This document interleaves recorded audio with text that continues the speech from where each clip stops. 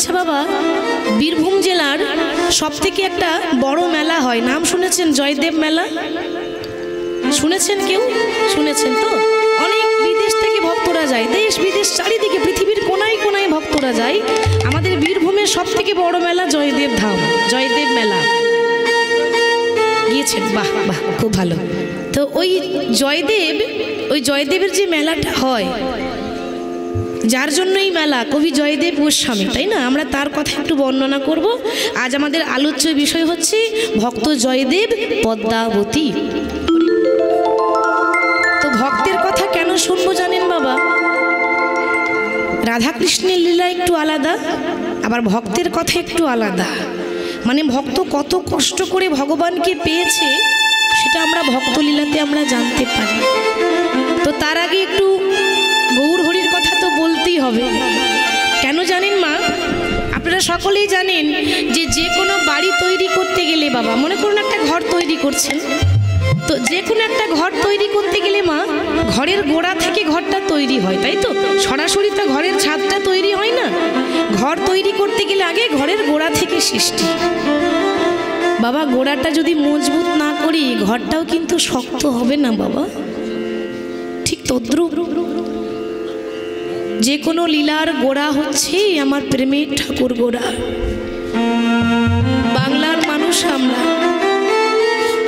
বাংলার মাটিতে জন্ম হয়েছে আমাদের। বাংলার মানুষ হয়ে, বাংলার মাটিতে জন্মগ্রহণ করে বাঙালি হয়ে যদি বাংলার ঠাকুর গৌর সুন্দরকে ভুলে যায়, এ আমাদের অপরাধ, তাই না বাবা? সবাই জানি নিতাই বিনে ভাই গৌর নাহি পাই, গৌর বিনে ভাই রাধা কৃষ্ণ নাহি পাই। বাবা, গৌর হরি যখন নবদ্বীপে এসেছিলেন, শ্রীধাম নবদ্বীপে, ভগবান তো যুগে যুগে আসেন। সত্য যুগে নারায়ণ, ত্রেতা যুগে রাম, দাপরে কৃষ্ণ, আর কলিযুগে কি নাম হলো না? শ্রীকৃষ্ণ চৈতন্য মহা। তাহলে একটু লক্ষ্য করুন, কীর্তন মানে তাই যার মধ্যে ভাবের মধ্যে ডুবতে হবে, তা নইলে ভালো লাগবে না, তাই না? তাহলে গৌর হরি আজকে যে নদিয়ার মাটিতে গৌর নিতাই দুই ভাই নাম বিলাচ্ছে মা, ধুলোতে গড়াগড়ি দিয়ে। কেন? এখানে তবু দেখবেন এই ধুলোর মধ্যে, মাটির মধ্যে আপনারা বসেছেন, কিন্তু অনেক জায়গায় যাই ভক্তদের জন্য বসার জন্য খুব সুন্দর করে চট পেতে দেওয়া হয়, পরিষ্কার পরিচ্ছন্ন চট পেতে দেওয়া হয়, কিন্তু আমরা ধুলোর মধ্যে বসতে পারি না। সবাই বসতে পারে বলুন বাবা? একবার ভেবে দেখুন, যে ধুলোতে বসে আমরা ভগবানের নাম শুনতে পারি না, সেই ধুলোতে প্রেমের ঠাকুর গৌর হরি গড়াগড়ি দিয়ে হরি নাম করছে। কারণটা কি? একটাই কারণ, কি জানেন? আপনাদের মতো ভক্তের চরণ ধুলো গায়ে মাখবো বলে, ভক্তের পায়ের ধুলো মাখবো বলে ভগবান হয়ে গড়াগড়ি দিচ্ছে। আমরা কি সেটা করতে পেরেছি? আমরা করতে পারলাম না বাবা। একটা কথা কি জানেন? সন্তান নিজের মা বাবাকে ভুলে যেতে পারে গো, কিন্তু মা বাবা কখনো নিজের সন্তানদেরকে ভুলতে পারে না। সন্তানদের ভুল হয়, কিন্তু মা বাবার কখনো ভুল হয় না। আমরা বিশ্ব ব্রহ্মাণ্ডের আমাদের মাতা পিতা হলেন ভগবান শ্রীকৃষ্ণ, আমরা তো তাদেরই সন্তান। জগতের মাতা পিতা ভগবান শ্রীকৃষ্ণ। বাবা, আমরা এই আমার আমার আমার আমার আমার আমার করতে করতে তার কথা ভুলে গেছি। সকাল থেকে উঠে আমার বাড়ি, আমার গাড়ি, আমার টাকা, আমার পয়সা। একবার নিজের মনকে জিজ্ঞাসা করেছেন যে এগুলো তো সবই আমার, তাহলে আমি কার? আমি তো সবাইকে ভালোবাসি গো, আমাকে কে ভালোবাসে? আমি যাদের জন্য এত কষ্ট করছি, দিন রাত পরিশ্রম করছি, সত্যি কি তারা আমায় ভালোবাসে? এই প্রশ্নটা নিজেকে করুন, তাহলে উত্তর পেয়ে যাবেন কেউ কারণ নয়। ঠিক তো বাবা? আমরা যখন মায়ের গর্ভে ছিলাম, আমি, আপনি, আমরা সবাই যখন মায়ের গর্ভে থাকি মা, তো এটা ভাগবতের পাতায় বলছে, আমি একটাও মন গড়া কথা বলবো না, কিন্তু ভাগবতের পাতায় মায়ের গর্ভে বলছে যখন সন্তান থাকে, বর্ণনা করা আছে গীতায়, যখন 7 মাস হয় সন্তান গর্ভে, সেই সপ্তম মাসে এই মায়ের গর্ভে ভগবান আমাদের দেখা দেয় 7 মাসে, মানে আত্মার সঙ্গে পরমাত্মার সাক্ষাৎকার হয়। মায়ের গর্ভে যখন 7 মাসে চোখটা খুলে ভগবানকে দেখেছিলাম না বাবা, প্রথমবার ভগবানের দেখা পেয়ে বলেছিলাম, দয়াময় তুমি আমায় কোথায় পাঠিয়ে দিলে গো দয়াময়, এখানে যে বড় যন্ত্রণা, এখানে যে বড় কষ্ট, এখানে যে বড় জ্বালা, মায়ের গর্ভে যে কি কষ্ট করে সন্তান থাকে, এখানে যে বড় যন্ত্রণা মা, এখানকার মতো নরক আর কিছু নেই। এত কষ্ট করে মায়ের গর্ভে আছি, এখানে বড় কষ্ট হচ্ছে, বড় যন্ত্রণা হচ্ছে, তুমি তাড়াতাড়ি আমাকে পৃথিবীর মাটিতে পাঠিয়ে দাও দয়াময়। ভগবান সেদিন আমাদের বলেছিলেন, ভক্ত মোর, আমি যদি তোমাকে পৃথিবীর মাটিতে পাঠিয়ে দিই তা তুমি আমার জন্য কি করবে, প্রশ্ন করেছিল বাবা ভগবান আমাদের। আমরা তখন কিন্তু এক কথাই উত্তর দিয়েছিলাম, পৃথিবীর মাটিতে জন্ম নিয়ে তোমাকে ভুলবো না, সংসার করব, সারা জীবন কর্ম করব, কিন্তু সারা জীবন তোমার সাধন ভজন করব, তোমার নাম করব, তোমাকে কখনো ভুলবো না। তবে প্রভু যখন জন্ম দেবে তোমার কাছে একটাই প্রার্থনা, দয়া করে কিছু দাও বা না দাও, যখন মায়ের গর্ভ থেকে বাইরে যাব, ভূমিষ্ঠ হব, তখন দয়া করে দুটো হাত দিও, যে হাত দিয়ে তোমার রাঙা চরণ দুটো যেন জড়িয়ে ধরে সেবা করতে পারি দয়াময়। দয়া করে কিছু দাও বা না দাও, এই কান দুটো দিতে ভুলে যেও না, যে কান দিয়ে তোমার মধুমাখা নাম যেন শুনতে পারি দয়াময়। দয়া করে কিছু দাও বা না দাও, এই বদনটা দিতে ভুলে যেও না, যে বদন ভরে তোমার মধুমাখা নাম যেন গাইতে পারি, মুখে যেন হরিবোল বলতে পারি। আর কিছু চাই না প্রভু, কথা দিলাম জন্ম নিয়েই আমি তোমার ভজন সাধন করব, সংসার করব, কিন্তু তোমাকে ভুলবো না। কিন্তু কথা দিয়ে কথা রাখতে পেরেছি বাবা, সত্যি করে কথাগুলো বিচার করব, রাখতে পারলাম না। যখনই জন্ম হয়ে গেল এটাই ভুলে গেলাম যে কৃষ্ণ ভজিবার তরে সংসারে আইনু, মিছে মায়াই বদ্ধ হয়ে বৃক্ষ সম হয়ে। আমাদের দিন গেল মিছে কাজে, রাত্রি গেল নিদ্রে, না ভজিনু রাধা কৃষ্ণ চরণার বৃন্দে। আহা, ভুলে যেতে পারি আমরা, তিনি ভুলবেন না বাবা। ভগবান তো, আমাদের ভুল হয়, ভগবানের নয়। আমাদের মতো মানুষকে বুকে জড়িয়ে আগলে হরিনাম দেব বলে আপনারা যে বসে আছেন, তো অনেক জায়গা আছে কীর্তনের শেষে, কীর্তন যখন শেষ হয়ে যায় তো অনেক ভক্তরা এখানে গড়াগড়ি দেয়, কীর্তনের শেষে একেবারে ধুলোতে গড়াগড়ি দিয়ে তারপর বাড়ি যায়। কেন না, ওই ধুলোতে গড়াগড়ি দিলে হৃদয়ে ভক্তি আসে। ওই যে এত এত ভক্ত বসেছিল তাদের চরণ ধুলো পড়েছে, ভক্তি আনতে গেলে প্রথমে বলছে ভক্তের পায়ে পা দুটো জড়িয়ে ধরতে হবে আর পায়ের ধুলো মাখতে হবে, তবেই হৃদয়ে ভক্তি আসবে। আর যেদিন প্রভুর নাম শুনতে শুনতে আপনার চোখ থেকে দুফোঁটা জল যেদিন পড়ে যাবে, বুঝে নেবেন আমার হৃদয়ে ভক্তি জমা হয়েছে, সঞ্চার হয়েছে। তার আগে হরি নাম শোনা বৃথা, তাই না বাবা? হরি বলে যদি ডাকতেই না পারলাম, হরি বলে যদি কাঁদতেই না পারলাম, তাহলে কি করে আমরা আমাদের মানব জন্য উদ্ধার হবে গো? পায়ে ধরতে হবে, চরণে ধরতে হবে। রামায়ণের কথা, যখন রাবণের শেষ অবস্থা হয়ে গেল, রাম রাবণের যুদ্ধের পর রাবণ যখন শয্যাশায়ী অসুস্থ বাবা, মানে আর রাবণের হাতে সময় নাই, এবার রাবণের মৃত্যু হবে। রাবণ বিছানায় অসুস্থ হয়ে পড়ে আছে, মুখ দিয়ে আওয়াজ বের হচ্ছে না, অসুস্থ। সবাই জানছে যে শ্রীলঙ্কার বড় পণ্ডিত, এই লঙ্কাপুরীতে বড় পণ্ডিত ছিল রাবণ। রাবণের মতো বড় ব্রাহ্মণ কেউ ছিল না, আর রাবণের মতো চণ্ডী পাঠ করতে কেউ পারত না বাবা। কেন? আমরা রাবণকে শত্রু বলি তো, কিন্তু রাবণের বাইরেরটাই দেখলাম গো, ভেতরটা আমরা দেখলাম, তাই না বাবা? আমরা যখন বিচার করি না মা কারো, তো বাইরেরটা দেখে ভালো মন্দ বিচার করে দিই, আগে মনটা দেখুন, তার অন্তরটা দেখুন, তার গুণটা দেখুন, তবেই তো বিচার করবেন। তাহলে রাবণ হচ্ছে বড় পণ্ডিত, তার মতো ব্রাহ্মণ কেউ নেই। তো সবাই জানলো যে রাবণ বিছানায় পড়ে আছে, আর সময় নেই, কিছুক্ষণ পরেই রাবণের মৃত্যু, শেষ মুহূর্ত। সেই সময় বাবা রাম তখন লক্ষ্মণকে বলছে, রামের ভাই লক্ষ্মণ, লক্ষণকে বলছে, ভাই রে যা, রাবণের তো শেষ অবস্থা, আর তো সময় নাই, শেষবারের মতো রাবণের কাছে তুই কিছু নীতি কথা শিখে আয়, কারণ রাবণ তো জ্ঞানী ছিল, কিছু নীতি কথা শিখে আয়। রামের কথা মতো লক্ষণ যেই না গিয়েছে বাবা রাবণের কাছে, তো রাবণ তো মানে শয়নে আছে, শুয়ে আছে, রাবণের ঠিক মাথার দিকে দাঁড়িয়ে বলছি, রাবণ। রাবণ শুধু একবার চোখটা খুলেছে, কে? আমি লক্ষণ, লক্ষণ। এবার এত অসুস্থ, কথা বলতে পারছে না, আবার চোখটা বন্ধ করে দিয়েছে রাবণ। লক্ষণ ছুটতে ছুটতে এসে বলছে, দাদা এ তুমি যেই বললে আমি তেমনই করলাম, আমি রাবণের কাছে গেলাম বটে, কিন্তু রাবণ আমার সঙ্গে কথাই বললো না, আমাকে দেখে আবার চোখটা বন্ধ করে শুয়ে পড়ল। রাম বলছে, ভাই তুই যে রাবণের কাছে নীতি বাক্য নীতি কথা শিখতে গিয়েছিলিস, তা কোন দিকে দাঁড়িয়েছিলিস? কেন দাদা, আমি রাবণের ঠিক মাথার কাছে দাঁড়িয়েছিলাম।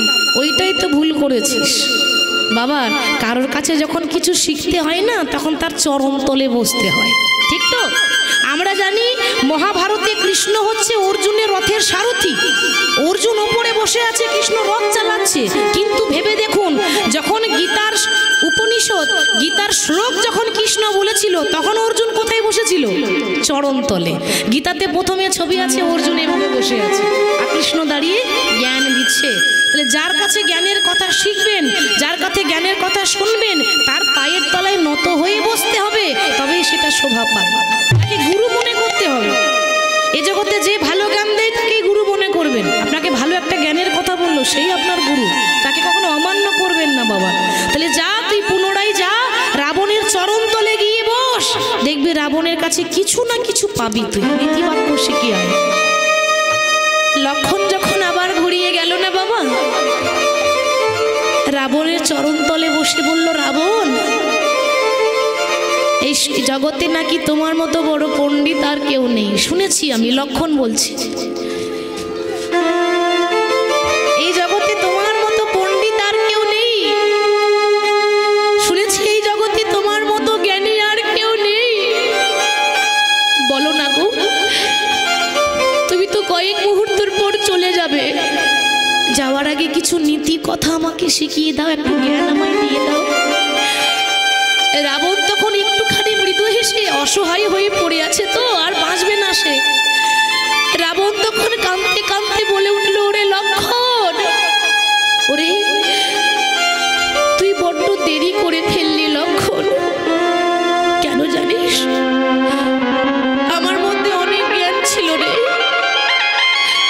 ভেবেছিলাম যাওয়ার আগে তোকে সেই জ্ঞানগুলো দিয়ে যাব,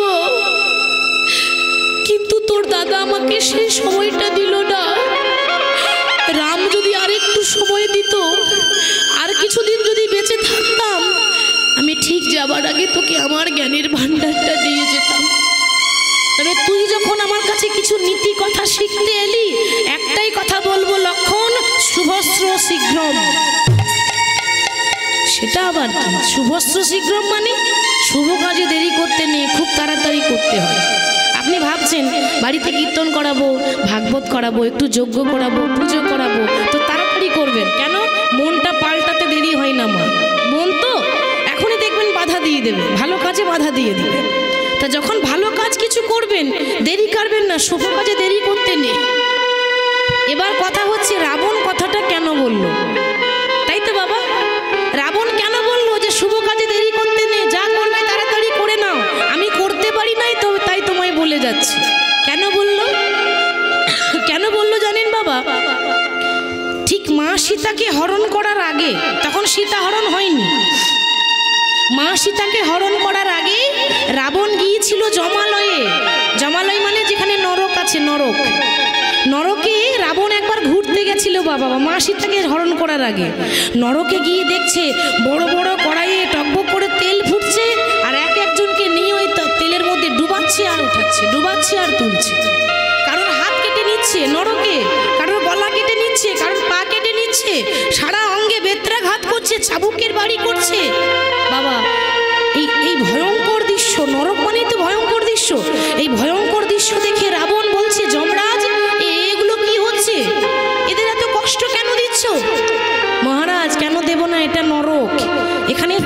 শাস্তি দেওয়া হয়। এবার রাবণ তো ত্রিকালদর্শী, মানে ভূত ভবিষ্যৎ বর্তমান তিনটেই জানতো। এরপরে কি হবে রাবণ জানে, কাল আমরা বেঁচে থাকবো না মরবো আমরা জানি, রাবণ জানতো। তাহলে কতটা পাওয়ার আছে বুঝতে পারছেন? রামের থেকে বেশি ক্ষমতা রাবণের ছিল বাবা। তো রাবণ ত্রিকালদর্শী, মনে মনে ভাবছে পাপীদের এত কষ্ট করতে হয় নরকে, তাহলে আমি এক কাজ করব, আমি এই পৃথিবী থেকে পাপীদের জন্য একটা স্বর্গের সিঁড়ি বানিয়ে দেবো। তাহলে সবাই স্বর্গে যাবে, আগে সরাসরি নরকে যেতে হবে না। রাবণ ইচ্ছা করলে অনেক কিছু করতে পারে, আমি পাপীদের জন্য একটা স্বর্গের সিঁড়ি বানিয়ে দেবো বাবা। এই ভাবনা চিন্তা করে বাড়ি এসেছে, আর শূর্পণখা কানে মন্ত্র দিয়ে দিল, দাদা ওই মা সীতাকে রাবণে ওই রামের পাশে মানায় না, ওই মা সীতাকে যদি মানায় তো তোমার পাশে মানায়। মন্ত্র দিয়ে দিল কানে। ভালো কাজ করব ভেবেছিল, করতে পারিনি বাবা। কানে যেই না মন্ত্র দিয়েছে অমনি রাবণ সীতা হরণ করলো। তারপর তো আপনারা জানেন ঘটনা। ওই জন্য লক্ষণকে বলে যাচ্ছে, লক্ষণ শুভস্র শীঘ্রম, যা করবে তাড়াতাড়ি করো, আমি করব বলে করতে পারিনি। হরি বল। তাহলে রাবণের এই জ্ঞানের কথা শুনে, ভক্তির কথা শুনে লক্ষণ করজোরে বলছে, রাবণ এতদিন জানতাম গো তোমার মতো পাষাণ আর কেউ নাই। এতদিন জানতাম তুমি আমার দাদার শত্রু, রামের শত্রু। জগতে সবাই বলে রাবণ রামের শত্রু, কিন্তু ভুল। তারা রাবণকে চিনতে পারলো না গো। রাবণকে যদি চিনতে পারতো তাহলে এই কথাটা বলতো না।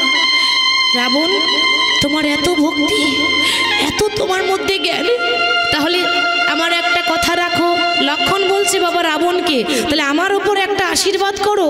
বলি দাও দাও চরণ তুমি বাড়াইয়ে দাও, নিতাই গৌর হরি হরি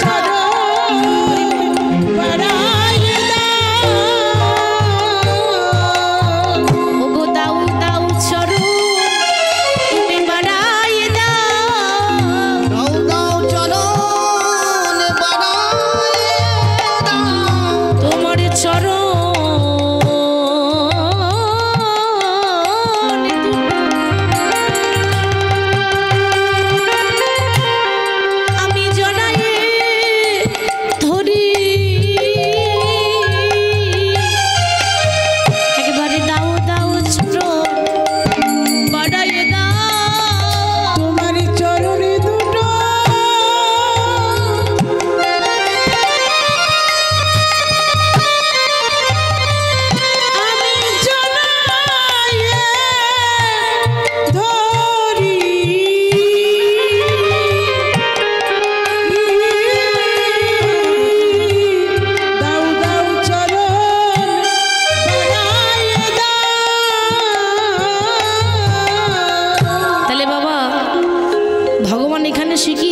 যে ভক্তি যদি কেউ অন্তরে চায় তাহলে আগে চরণে ধরতে হবে, ভক্তের চরণে ধরতে হবে। যদি ভক্ত হয়ে ভক্তের চরণ ধরে তবে হৃদয়ে ভক্তি আসবে। সেই সোনার গৌর নবদ্বীপে হরিনাম বিলিয়ে দিচ্ছে।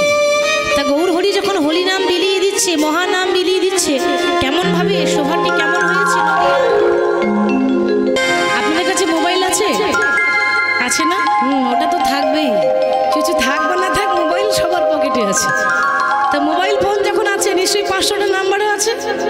হ্যাঁ, প্রত্যেক দিন আত্মীয় স্বজন বন্ধু বান্ধব কাউকে না কাউকে একবার করে হ্যালো করছে। ভগবানকে হ্যালো করেন? করেন? ভগবানকে হ্যালো করার সময় নাই নাকি নাম্বার নাই? কোনটা? সময় নাই বলুন, অত হ্যালো করার সময় নাই। সবাইকে হ্যালো করার সময় পাচ্ছেন, হ্যালো করে করে ফোন গরম হয়ে গেল, কিন্তু ভগবানকে হ্যালো করার আমাদের সময় নাই। তো বলি দি বাবা, ভগবানকে হ্যালো করার জন্য আলাদা করে সময় বার করতে হয় না।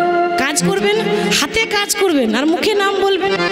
মায়েরা বাড়িতে রান্না করবেন, তখন যদি বলেন রাধে রাধে, রান্নার স্বাদটা আরও বেড়ে যাবে। আপনি করবেন, আমি বলছি, দেখবেন মিলিয়ে দেখবেন রান্নার টেস্ট আরও বেড়ে যাবে। প্রতিদিন যে স্বাদ হয় তার থেকে আরও বেশি টেস্ট হবে রান্নার, যদি ভগবানের নাম করেন। তাহলে মুখে নাম করবেন, কাজ তো আপনি হাতে করছেন। তাহলে নাম্বারটা বলে দিন, সবাই একবার করে ডায়াল করবেন।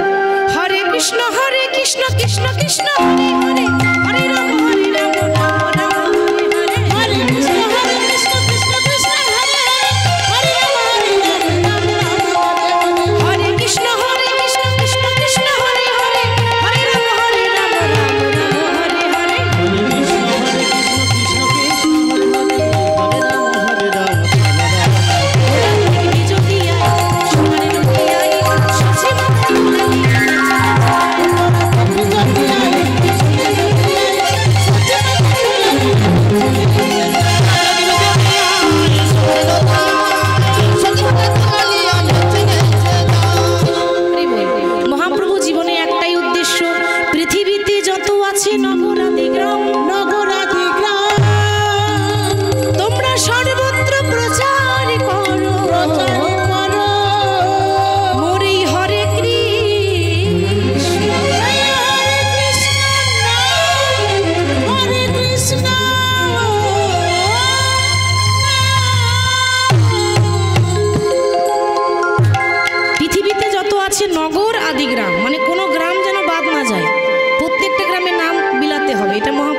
উদ্দেশ্য ছিল সর্বত্র প্রচার করো মরি হরে কৃষ্ণ মহামন্ত্র নাম। বাবা আমরা মানুষ হয়ে যা করতে পারলাম না, হনুমান পশু হয়ে তা করেছিল, তাই না? হনুমান মানুষ না পশু? পশু, যাকে আমরা বলি বানর, বলি না, একটা পশু কুলে জন্ম। তাহলে একবার ভাবুন, একটা বানর হয়ে প্রভুর পরম ভক্ত হয়ে গেল, আমরা তো হতে পারলাম না। তাহলে কি তার ভক্তি, কি তার মনের সরলতা ছিল বাবা। হনুমানের ভক্তিটাই ছিল আলাদা। কেন? হনুমানের মনটাই ছিল এত সরল। একবার মা সীতা, সীতার আরেক নাম হচ্ছে বাবা জানকী। মা সীতার আরেক নাম জানকী। এই মা জানকী একদিন আয়নার সামনে বসে বসে খুব যত্ন করে সিঁদুর পড়ছে। তো মা যখন সিঁদুর পড়ছে না বাবা, এখন হনুমান এসে বলছে, মা আমি প্রত্যেক দিন দেখি এই তুমি আয়নার সামনে বসে বসে সিঁদুর পড়ো, সিঁদুর পড়লে কি হয়? প্রশ্ন করছে। আচ্ছা মায়েরা আপনারাই বলুন, সিঁদুর পড়লে কি হয়? আপনারা পড়েছেন, ভালো জানবেন, আমি আর কি জানবো। সিঁদুর পড়লে কি হয়? সিঁদুর পড়লে দেখতে ভালো লাগে। দেখতে ভালো লাগে, ঠিক বলছে স্বামীর? বাহ, ঠিক বলেছে, স্বামীর মঙ্গল হয়। তবে আর হবে না, যা হওয়ার আগে হয়ে গেছে, তাই না? কেন? সিঁদুরটাই তো এখন বাইপাস হয়ে গেছে, মঙ্গল আর হবে? তো যাই হোক, সবার দ্বারা নয়, তবে কারণটা কি? সিঁদুর পড়লে স্বামীর পরমায়ু বাড়ে, তাই তো মা? সিঁদুর পড়লে স্বামীর মঙ্গল হয়।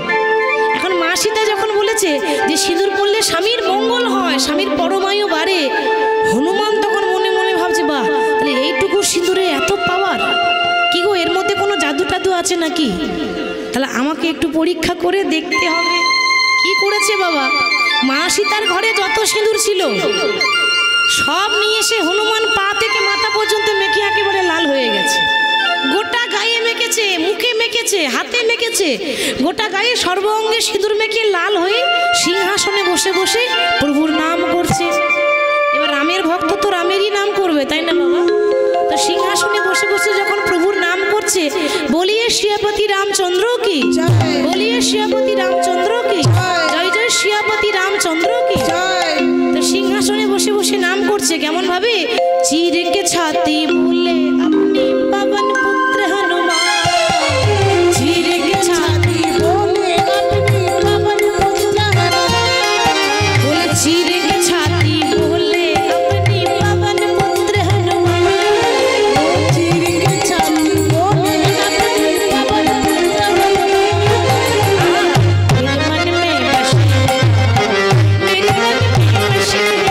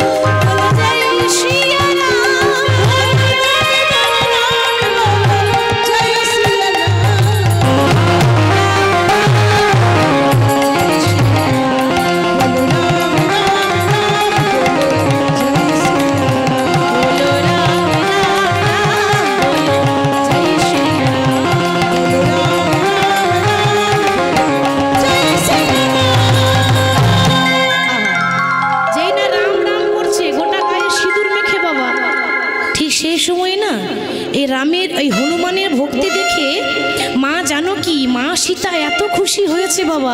এই মা সীতার গলায় না একটা দামি মুক্তার মালা ছিল।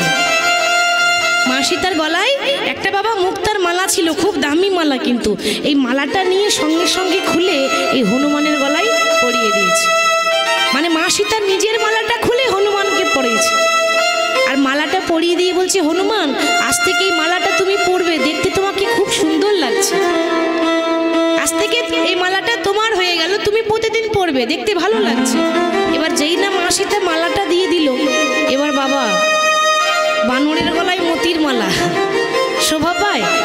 একটা বানর, তার গলা যদি আপনি একটা দামি মুক্তার মালা পরিয়ে দেন, সে যত্ন করে রাখবে মা? সে জানে কি করে মালা পরতে হয়, যত্ন করে রাখতে হয়। হনুমান কি করেছে বাবা, এই মালার এক একটা মুক্তা দাঁতে করে কাটছে আর চিবিয়ে চিবিয়ে ফেলছে, দাঁতে করে কাটছে আর চিবিয়ে চিবিয়ে ফেলছে। লক্ষণ বলছে, মা দেখলে তো, দেখলে কাণ্ড? ওই জন্য বলে বানরের সপিলে মতি, তার নাই মতিতে মতি। সে তখন অনায়াসে কাটে দন্তে। মালাটা যদি আমায় দিতে, আমি কত সুন্দর করে যত্ন করে রেখে দিতাম, আর দিয়েছে একটা বানরের গলায় মুক্তার মালা। হনুমান তখন বলছে, লক্ষণ তুমি আমার বাইরেরটাই দেখলে গো, তুমি আমার ভেতরটা দেখলে না।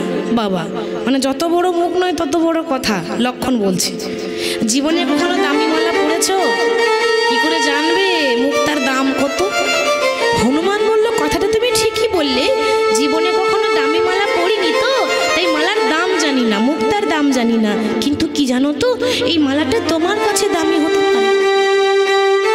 দামি মানে কি? তোমার কাছে লাখ টাকার দাম হতে পারে, আমার কাছে 1 টাকারও দাম নেই। কেন? এত দামি মালা মা তোমায় পরিয়ে দিল, আর তুমি বললে আমার কাছে 1 টাকারও দাম নেই। হ্যাঁ বললাম। কেন বললাম জানো? যে মালার মধ্যে আমার প্রভুর নাম লেখা থাকে না, যে মালার মধ্যে রাম নামের সুগন্ধ থাকে না, যে মালার মধ্যে ভগবানের কোনো নাম নেই, সেই মালার আমার কাছে এতটুকু দাম নেই। তাই গৌর হরি হরি। লক্ষণ বলছে, শোনো, শুধু বড় বড় কথা বললে হবে না। তুমি যদি এতই বড় ভক্ত হবে, তো দেখি তোমার ভক্তিটা একটু বুকটা চিরে দেখাও তো, কত ভক্তি আছে দেখিয়ে দিই। হনুমান দেখায়নি বাবা, কি দেখিয়েছিল? আমরা পারবো? অত ভক্তি আছে আমাদের? আমরা এত পারবো না, এত ভালোবাসা নেই। বলা মাত্র সঙ্গে সঙ্গে বলছি, তুমি দেখতে চাও আমি একটা বানর বলে তুমি আমায় অপমান করছো? বলো, তুমি রামের ভাই তো, তাই ভাবছো তুমি বড় ভক্ত, আর আমি একটা বানর, আমি একটা পশু, তাই ভাবলে আমার মনে কোনো ভক্তি নেই। কিন্তু দেখে নাও, একটা কথা মনে রেখো, তোমার ভক্তিটা বাইরে আছে, আমার ভক্তিটা অন্তরে আছে। লক্ষণ, আমি তোমার মতো লোক দেখানো ভক্তি করি না, কারণ ভক্তি অন্তরে থাকে, বাইরে দেখানো যায় না, তাই না মা? ভক্তি দেখানো যায়, দেখো আমার কত ভক্তি অন্তরে আছে। সেটা কি করে বোঝাবো? সঙ্গে সঙ্গে বুক চিরে দেখিয়ে দিল, দেখাই রাম সীতা তার হৃদয় মাঝে, দেখি রাম সীতা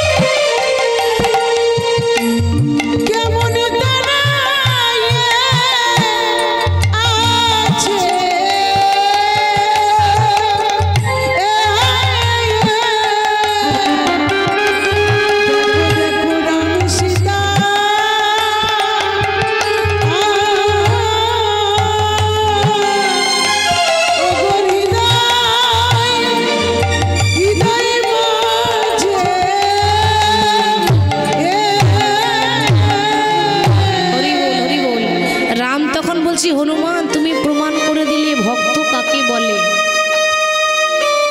ভক্ত কখনো নিজের সুখ চায় না মা, ভালো খাবো, ভালো পড়বো, ভালো গাড়িতে চড়বো, এটা ভক্তের চাওয়া পাওয়া নয়। ওই জন্য তো আমরা হতে পারছি না। ভালো খাচ্ছি, ভালো পড়ছি, তাহলে কি করে ভক্ত হলাম বাবা? সারা জীবন কীর্তন করলেও ভক্ত হতে পারবো না, এত সহজ কথা নয়।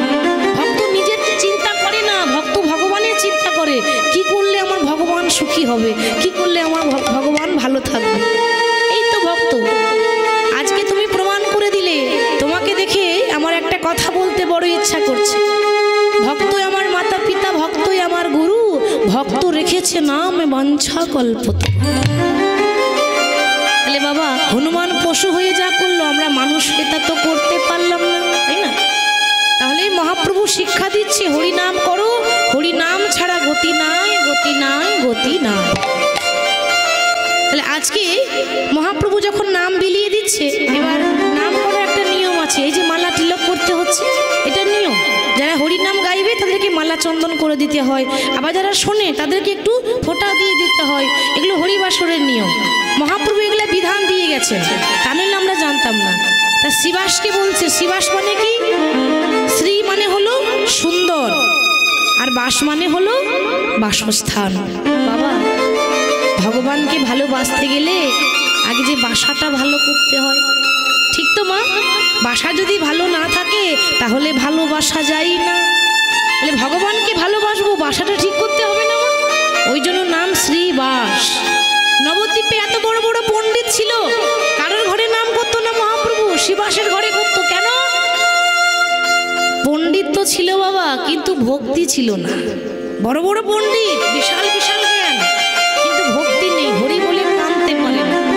আর শিবাস এত কিছু জেনেও, এত বড় পণ্ডিত হয়েও, প্রভু আমি তো কিছু জানি না। এই যে অধম, এই যে ভাব। বাবা উঁচু হতে গেলে আগে নিচু হতে হয়, তাই না? কেউ যদি মনে করে আমি আরো বড় হব, তাহলে কিন্তু মাথা নত করতে হবে। আর যদি বলে আমার মতো বুদ্ধি আর কেউ নেই, তাহলে আর জীবনে হলো না। এই শিবাসের আঙিনায় নাম করে, তার মানে শিবাস হচ্ছে নিজেকে সবসময় ছোট মনে করে, অধম মনে করে। তা শিবাসকে বলছে, শিবাস সবাইকে একটু মালা তিলক করে দাও। তাই সবারই অঙ্গেতে শোভে শ্রী চন্দনের মালা, সবারই অঙ্গেতে শোভে শ্রী চন্দনের মালা, হরি হরি বল, সবারই অঙ্গেতে শোভে শ্রী চন্দনের মালা।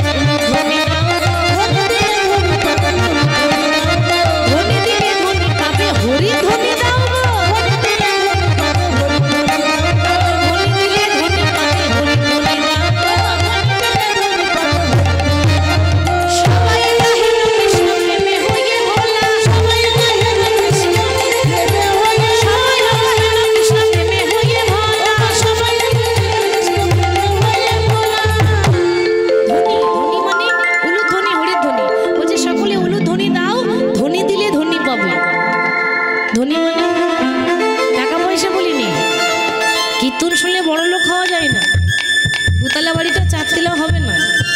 কীর্তন শুনলে ব্যাংক ব্যালেন্সও হবে না। কীর্তন শুনলে যাওয়ার রাস্তাটা ক্লিয়ার হয়ে যাবে, তাই না? যে রাস্তায় এসেছি একদিন তো যেতে হবে, যাওয়ার পথটা পরিষ্কার করা হচ্ছে কীর্তনের কাজ। তো যত ধনী দেবেন তত রায় ধনী পাবেন, মানে রাধা আজ থেকে পদকর্তা বলছে আহা মহাপ্রভুর অবতারটা ধন্য, বড়ই অবতার রে ভাই, বড়ই অবতার, বড়ই অবতার। সে যে পতিতের বিলা বল প্রেমের ভান্ডার, পতিতের বিলা বল প্রেমের ভান্ডার। আবার জবনেরও নাচে গাই বলে হরি না, এই হেন অবতারে দাস বঞ্চিত বলরা, হেন অবতারে দাস বঞ্চিত আসতে। এতক্ষণ গৌর হরির কথা শুনলাম, গৌর নিতাইয়ের কথা শুনলাম, এবার বিষয়ে চলে যাব। কেমন বিষয়? তো বলেছি জয়দেব পদ্মাবতী, আমাদের লীলা জয়দেব পদ্মাবতী। তো ছোট করে গৌরচন্দ্রকে গাইতে হয়, এগুলো নিয়ম বাবা, এগুলো বাদ দিয়ে চলে গেলে হবে না, তাই না? এগুলো বাদ দিয়ে দিলে কীর্তনের ভাবটা নষ্ট হয়ে যাবে, কীর্তনের আসল বস্তুটাই চলে যাবে, যেটা আমাদেরকে বজায় রাখতে হবে। তো তাহলে আজকে গৌরের স্মরণ করে লীলায় চলে যাচ্ছি।